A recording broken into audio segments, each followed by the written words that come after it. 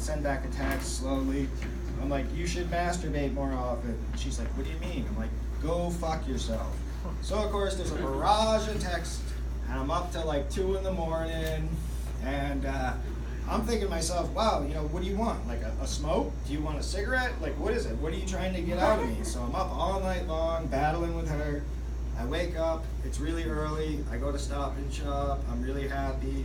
I get my coffee, I know exactly what I want. I finish the coffee as I'm approaching the checkout regularly. So I'm walking around, there's a lady with like a couple of kids, and they're not on leashes, they're just running around like scooping cookie, candy. Apparently I was in the cookie and candy aisle, and their mom wanted to smoke, so that was pretty cool. I was hanging out with her.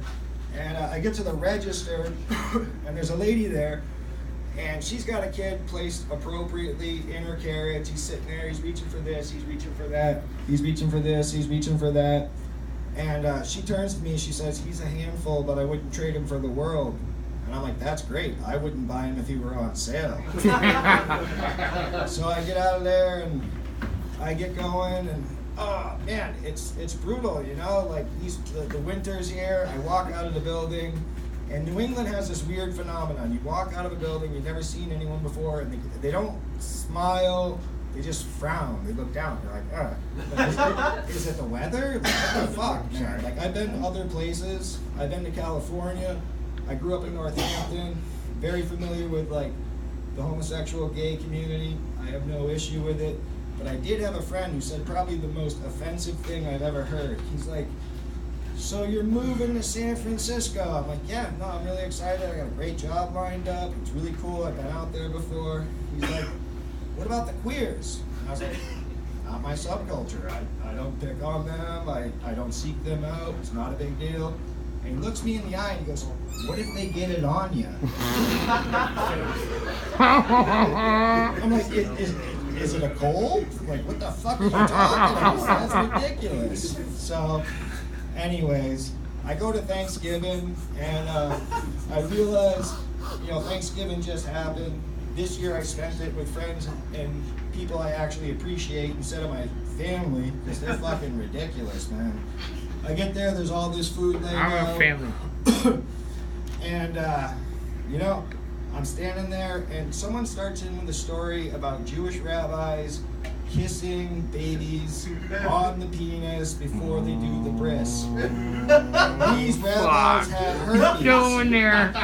So, like, you're born with herpes. You're a little kid, you go through some religious ceremony, and boom, you've got herpes. I'm like, this is great. I'm not having the corn chowder, you know? Like, that's ridiculous. And by the way, my stepdad, he cooks food, and it's freaking ridiculous. He takes, like, 1 can of corn and like 6 sticks of butter and melts it down and calls it chowder. And I'm like, dude, is it any wonder you've already had a heart attack?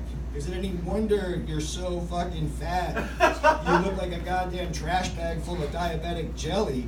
It's disgusting. I mean, his tits look like recycled plastic bags full of bacon lard. Bigger tits than anyone here in the room. And I'm thinking to myself, well, this isn't a Thanksgiving topic, so I'll change the subject. And yeah, I get out there, I leave my house, and I'm like, wow, I am so glad I did not participate in their family gatherings. It's unreal. But the guy, you know, he gets mad because I pick on him. He picks on me too, so it's kind of a back and forth. But his thing is always like, I fucked your mother. I'm like, how? You're like 350. It would take a forklift to lift up your gut just to see this flaccid, wrinkled, disgusting fucking cock. I'm sorry, dude. Like, that sucks. But he's missing most of his right foot. And he gets all mad. He's serious.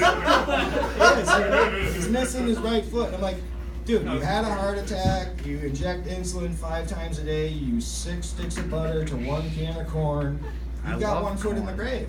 You know? That was my Thanksgiving, so I walked out of there with my head held high. Thank you very much.